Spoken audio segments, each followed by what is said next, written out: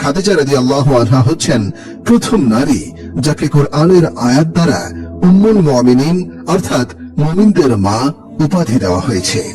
এছাড়াও কুরআনুল কারিমে হযরত খাদিজা রাদিয়াল্লাহু আনহা সম্পর্কে এবং দ্বীনের খেদমতে তার অবদান সম্পর্কে অনেক কথা বলা হয়েছে।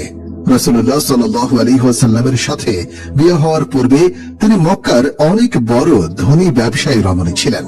তার ব্যবসায়ী কাফেলায় নিযুক্ত উটের সংখ্যা প্রায় ৮০,০০০ ছিল। সেই সকল উটের মাধ্যমে তিনি শাম, সিরিয়া, মিশর ও ইয়েমেনে ব্যবসায়ী কাফেলা প্রেরণ করতেন। কিন্তু আল্লাহর রাসূল সাল্লাল্লাহু আলাইহি ওয়াসাল্লামের সাথে বিবাহের পর তিনি তার সমস্ত সম্পদ ইসলামের কল্যাণে আল্লাহর রাসূলের হাতে সমর্পণ করেন, যাতে ইসলামের প্রচার ও প্রসারে ব্যয় করতে পারেন। উম্মুল মুমিনিন হযরত খাদিজা রাদিয়াল্লাহু আনহা অত্যন্ত সম্ভ্রান্ত বংশের রমণী ছিলেন। তার পিতা খুয়াইলিদ ইবনে আসাদ এবং মাতা ফাতেমা বিনতে জাহিদা। তার বংশের পরম্পরা পিছনে গিয়ে আল্লাহর রাসূলের বংশের সাথে মিলিত হয়, যে কারণে তার বংশমর্যাদা আল্লাহর রাসূলের স্ত্রী হবার মতোই উপযুক্ত ছিল। হযরত খাদিজা রাদিয়াল্লাহু আনহার বয়স হস্তি বাহিনীর আক্রমণের ১৫ বছর পূর্বে হয়েছিল এবং নবীজি সাল্লাল্লাহু আলাইহি ওয়াসাল্লামের হিজরতের বছর তার বয়স ৬৫ বছরে উপনীত হয়। তিনি ৬৫ বছর বয়সে ইন্তেকাল করেন। হে আল্লাহর রাসূল, আপনার নিকট খাদিজা রাদিয়াল্লাহু আনহা আগমন করেছেন।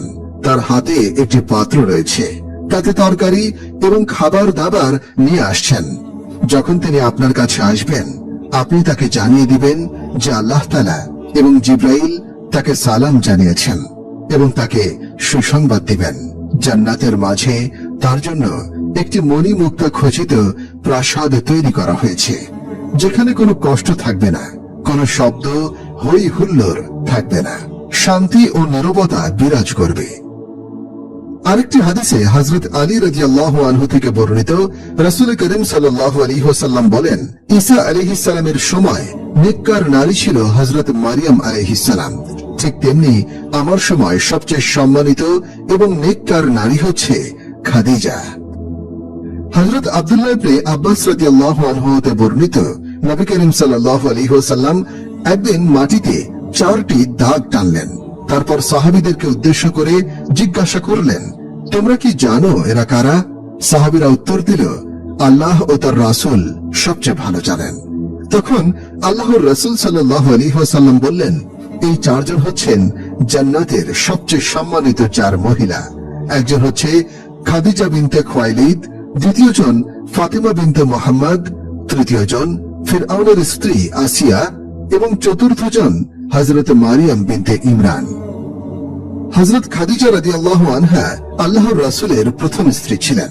আল্লাহর রাসূল সাল্লাল্লাহু আলাইহি ওয়াসাল্লাম খাদিজাকে এতটাই ভালোবাসতেন যে যতদিন খাদিজা রাদিয়াল্লাহু আনহা জীবিত ছিলেন ততদিন তিনি অন্য কোনো নারীকে বিবাহ করেননি। হুজুর পাক সাল্লাল্লাহু আলাইহি ওয়াসাল্লাম হযরত খাদিজা রাদিয়াল্লাহু আনহার বিষয়ে বলতেন, আমি তার চেয়ে উত্তম কোন স্ত্রী পাইনি। কেননা খাদিজা সেই সময় ঈমান এনে আমার পাশে ছিল, যখন মক্কার কাফেররা আমার উপরে জুলুম অত্যাচারের সীমা অতিক্রম করে ফেলেছিল। খাদিজা সেই সময় তার সম্পদ এবং ভালোবাসা দিয়ে আমার পাশে ছিল, যখন আমার পাশে অন্য কেউ ছিল না। এছাড়াও আল্লাহ তাআলা আমার সকল সন্তানের জননী খাদিজাকে বানিয়েছেন। খাদিজার মাধ্যমে আল্লাহ তাআলা আমাকে সন্তানের নিয়ামত দান করেছেন। আল্লাহর রাসূল সাল্লাল্লাহু আলাইহি ওয়াসাল্লাম এবং খাদিজা রাদিয়াল্লাহু আনহার মধ্যকার বন্ধন এবং ভালোবাসা ছিল অসীম।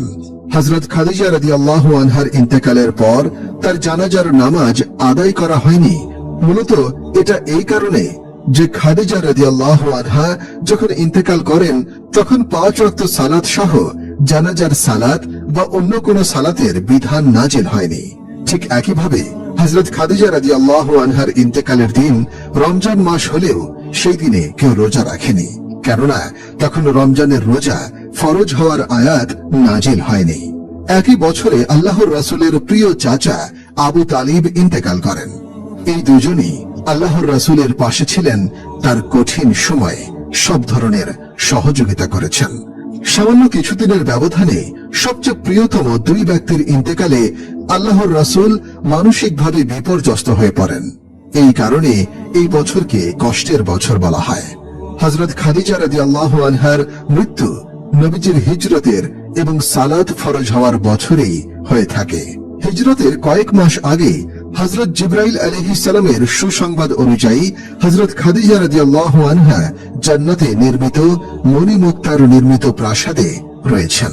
আল্লাহর রাসূল সাল্লাল্লাহু আলাইহি ওয়াসাল্লাম নিজে হযরত খাদিজার কবরে নামেন এবং নিজ হাতে হযরত খাদিজার দেহ কবরে নামান। হযরত খাদিজা রাদিয়াল্লাহু আনহার গর্ভে আল্লাহর রাসূল সাল্লাল্লাহু আলাইহি ওয়াসাল্লামের 6টি সন্তান জন্ম হয়। তার মধ্যে 2টি পুত্র সন্তান যারা শিশু বয়সে ইন্তেকাল করেন, আর 4টি কন্যা সন্তান। হযরত কাসেম বিন মুহাম্মদ আল্লাহর রাসূলের সবচেয়ে বড় সন্তান ছিলেন।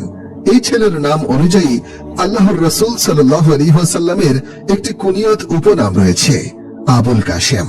তারপরে কন্যা সন্তানদের মধ্যে হযরত জয়নব বিনতে মুহাম্মদ আল্লাহর রাসূলের সবচেয়ে বড় কন্যা। তারপরে তৃতীয় পুত্র সন্তান আব্দুল্লাহ বিন মুহাম্মদ, তিনি খুব অল্প বয়সে মারা যান। এই পুত্র সন্তানটি নবুয়তের বছরে জন্মগ্রহণ করেন, যার কারণে তাকে তোয়েব এবং তাহের 2টি উপনামে ডাকা হয়। তারপরে চতুর্থ সন্তান হযরত রুকাইয়া বিনতে মুহাম্মদ সাল্লাল্লাহু আলাইহি ওয়াসাল্লাম। তারপরে পঞ্চম সন্তান হযরত উম্মে কুলসুম বিনতে মুহাম্মদ সাল্লাল্লাহু আলাইহি ওয়াসাল্লাম। অতঃপর সর্বশেষ এবং ষষ্ঠ সন্তান জান্নাতের নারীদের সর্দার হযরত ফাতিমা বিনতে মুহাম্মদ সাল্লাল্লাহু আলাইহি ওয়াসাল্লামের জন্ম হয়। এই সকল সন্তানদের জন্মের মাঝে 1 বছরের ব্যবধান থাকে। হযরত খাদিজা রাদিয়াল্লাহু আনহা নিজের সন্তানদের খুবই ভালোবাসতেন। হযরত খাদিজা রাদিয়াল্লাহু আনহার 5টি বিশেষ মর্যাদা ছিল। সর্বপ্রথম তিনি আল্লাহর রাসূলের প্রথম স্ত্রী হওয়ার গৌরব অর্জন করেছিলেন। তিনি যখন আল্লাহর রাসূলের স্ত্রী হন তখন তার বয়স 40 বছর। তা সত্ত্বেও তিনি যতদিন জীবিত ছিলেন আল্লাহর রাসূল দ্বিতীয় বিবাহ করেননি। রাসূল সাল্লাল্লাহু আলাইহি ওয়াসাল্লামের প্রিয়তম স্ত্রী খাদিজা রাদিয়াল্লাহু আনহা মারা যাওয়ার আগেই আল্লাহর রাসূল সাল্লাল্লাহু আলাইহি ওয়াসাল্লামের 2টো হাত ধরে বললেন, আমাকে কথা দিন, আপনার গায়ের জুব্বা দিয়ে আমার কাফনের কাপড় বানাবেন আর নিজ হাতে কবরে আমাকে নামাবেন। আমার সওয়াল জবাব শেষ না হওয়া পর্যন্ত আপনি কবরের পাশেই থাকবেন, আমাকে একা ফেলে যাবেন না।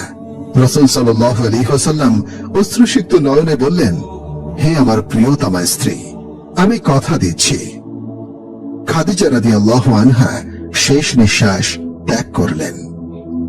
তারপর রাসূল সাল্লাল্লাহু আলাইহি ওয়াসাল্লাম তার প্রিয়তমা স্ত্রীকে নিজেই কবরে শুইয়ে দিলেন এবং কবরের পাশে অশ্রু জল চোখে কবরের পাশে দাঁড়িয়ে রইলেন।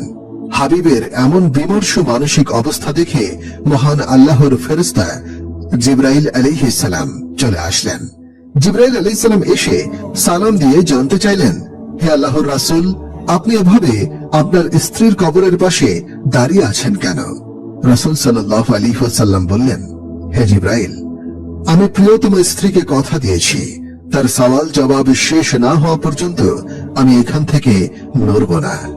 জিবরাইল আলাইহিস সালাম বললেন, হে আল্লাহর রাসূল, আপনি জেনে রাখুন, আল্লাহ তাআলা ঘোষণা করেছেন খাদিজা রাদিয়াল্লাহু আনহাকে মুনকার নাকিরের সওয়াল জবাব আল্লাহর আরশে আজিম থেকেই নিজেই দিয়ে দিবেন।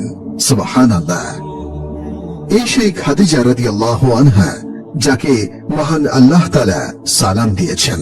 যেখানে তিনি কবরের সওয়াল জবাবকে ভয় পেয়েছেন, সেখানে আমরা যেন চিন্তাই করি না কবরের জীবন নিয়ে। আল্লাহু আকবার। খাদিজা রাদিয়াল্লাহু আনহা এর মৃত্যুর পর প্রায় প্রতি রাতেই আয়েশা রাদিয়াল্লাহু আনহা এর ঘুম ভেঙে গেল। উঠে এসে তিনি দেখতেন রাসূল সাল্লাল্লাহু আলাইহি ওয়াসাল্লাম কান্নারত অবস্থায় আল্লাহর কাছে মিনতি করছেন, হে আল্লাহ, যখন শেষ বিচারের দিন ছেলে বাবাকে চিনবে না, বাবা ছেলেকে চিনবে না, স্বামী স্ত্রীকে আর স্ত্রী স্বামীর চেহারা দেখে বিস্মৃত হবে, তখন যেন আমি আমার প্রিয়তমা স্ত্রী খাদিজাকে চিনতে পারি এবং তাকে দেখে যেন বিস্মৃত না হই। খাদিজা রাদিয়াল্লাহু আনহা গোশত খেতে পছন্দ করতেন, যদিও খুব কম সুযোগ হতো, কিন্তু কখনো হঠাৎ কোনো উট, দুম্বা কিংবা খাসির গোস্তের ব্যবস্থা হতো, তখন তিনি তৃপ্তি করে খেতেন। ওনার মৃত্যুর পর রাসূল সাল্লাল্লাহু আলাইহি ওয়াসাল্লাম যখনই কোনো গোস্ত হাদিয়া পেতেন কিংবা কোনোদিন হঠাৎ কোনো পশু জবাই হতো, তখন রাসূল পাক সাল্লাল্লাহু আলাইহি ওয়াসাল্লাম খুবই যত্নে 1 ভাগ মাংস সরিয়ে রাখতেন।